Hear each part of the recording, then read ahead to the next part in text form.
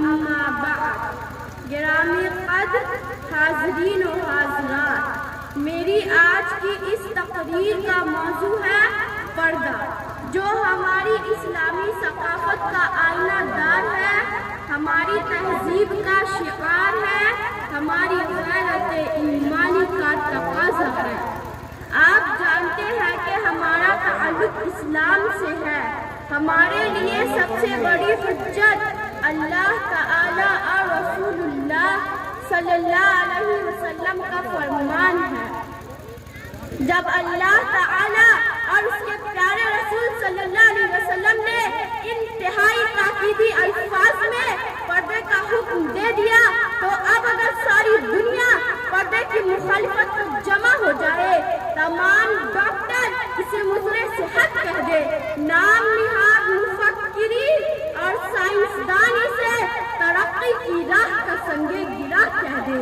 Europe کی بہتی ہوئی عقل اسے نسوانیت پر ظلم کا نام دے، ہماری خواتین پر متحرک خیموں اور کفن پوش جنازوں کی پھپتیاں کسی جائے، ہمیں دقیانوسیت کے طعنے دیے جائے، فرنگی حکمران ہم سے روٹھ جائے، سات سمندر پار ہمارا داخلہ ممنوع قرار دیا جائے، ہم یہ سب کچھ برداشت کر لیں گے، ہم سب کو ناراض کر لیں گے، لیکن اگر کبریا اور اپنے رہبر و رہنما کو ناراض نہیں کریں گے۔ ہماری فکر اور سوچ تو یہ ہے کہ سارا جہاں ناراض ہو پرواہ نہ چاہیے، سارا جہاں ناراض ہو پرواہ نہ چاہیے، مد نظر تو مرضی جانا نہ چاہیے، بس اس نظر سے دیکھ کر تو کر یہ فیصلہ، بس اس نظر سے دیکھ کر تو کر یہ فیصلہ، کیا کیا کرنا چاہیے کیا کیا نہ چاہیے۔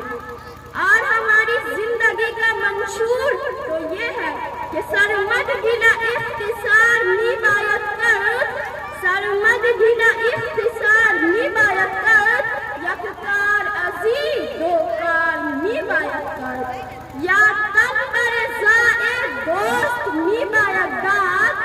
یا تن بر زائر دوست نبایت داد، یا قطع نظر زیاد نبایت کرد۔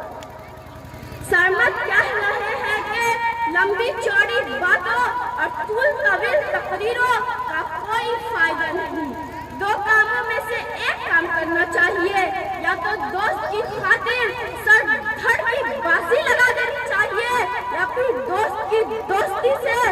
دستبردار ہو جانا چاہیے، اور عشق و محبت کے بھاری بھرکم دعوے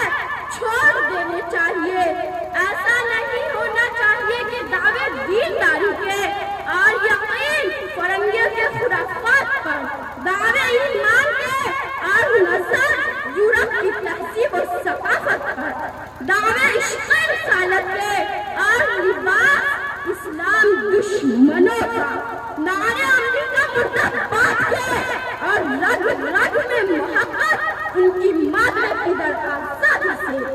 ایسا کرنا منافقت نہیں تو اور کیا ہے؟ کسی کہنے والے نے سچ کہا ہے، دو رنگی چھوڑ دے یک رنگ ہو جا، دو رنگی چھوڑ دے یک رنگ ہو جا، سراسر موت ہو جا یا سنگ ہو جا۔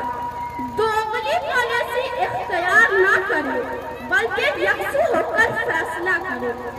یا مکن با پیر بانا دوستی،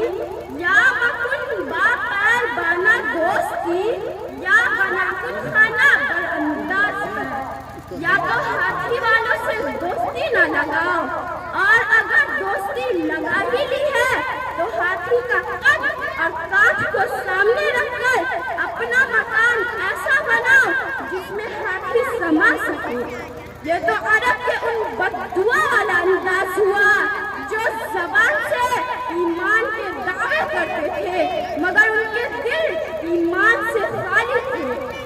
صحابہ کے نزدیک کسی عورت کے آزاد ہونے کی نشانی یہ تھی کہ وہ پردہ ہوگی، اور جو عورت بے پردہ ہوتی تھی وہ سمجھ جاتے تھے کہ یہ آزاد نہیں بلکہ کنیز ہے، کیونکہ کنیز کو شریعت نے ایک حد تک پردہ کھولنے کی اجازت دی ہے۔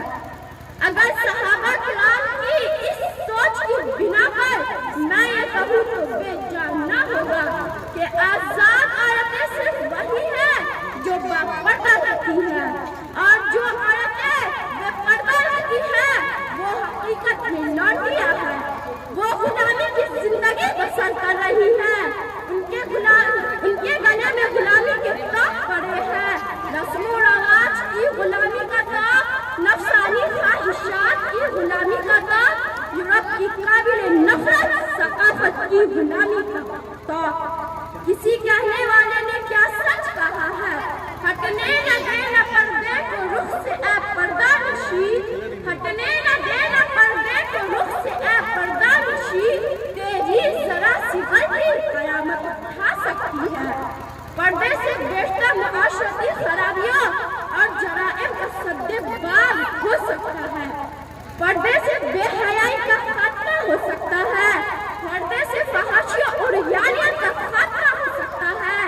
پردے سے نوجوان نسل بے راہ روی سے بچ سکتی ہے۔ معمولی سی عقل رکھنے والا شخص بھی پردے کی حکمتوں سے بے بہرا نہیں ہو سکتا۔ کسی کہنے والے نے کیا سچ کہا ہے، کعبہ و قرآن کو دیکھا ہے غلافوں میں لپٹے، کعبہ و قرآن کو دیکھا ہے غلافوں میں لپٹے، تب نہ سمجھی کہ پردے کی فضیلت کیا ہے۔ اللہ تعالیٰ مجھے اور آپ کو اس کے فرض کو زندہ کرنے کی توفیق نصیب فرمائے، آمین۔ وما علینا الا